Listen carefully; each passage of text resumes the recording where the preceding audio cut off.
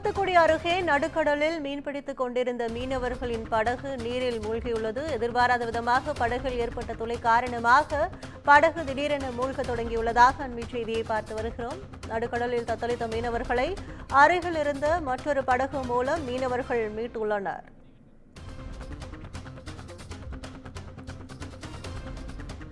தூத்துக்குடியில் நடுக்கடலில் தத்தளித்த மீனவர்கள் பத்திரமாக மீட்கப்பட்டுள்ளதை அண்மை செய்தியாக பார்த்து வருகிறோம். கூடுதல் விவரங்களை செய்தியாளர் மணிகண்டன் வழங்க கேட்கலாம். வணக்கம் மணிகண்டன், கூடுதல் விவரங்கள்.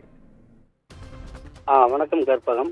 தூத்துக்குடி அருகே உள்ள தருவைக்குளம் மீனவ கிராமத்திலிருந்து 200க்கும் மேற்பட்ட விசைப்படகுகளில் ஆழ்கடலில் தங்கி மீனவர்கள் மீன்பிடித்து வருகின்றனர். இந்த நிலையில கடந்த 1ஆம் தேதி அந்தோனிராஜ் என்பவரது விசைப்படகில் ஆழ்கடலில் மீன்பிடிக்க 6 மீனவர்கள் சென்றுள்ளனர்.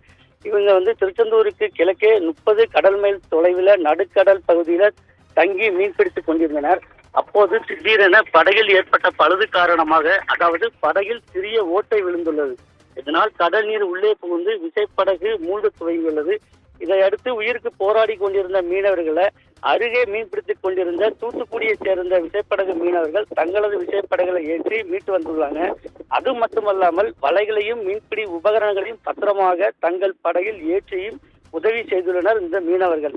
இதைத் தொடர்ந்து மூழ்கிய படகையும் கயிறு மூலமா கட்டி கரைக்கு பத்திரமாக இழுத்து வரும் பணியில மீனவர்கள் ஈடுபட்டு வருகிறாங்க. கற்பகம்.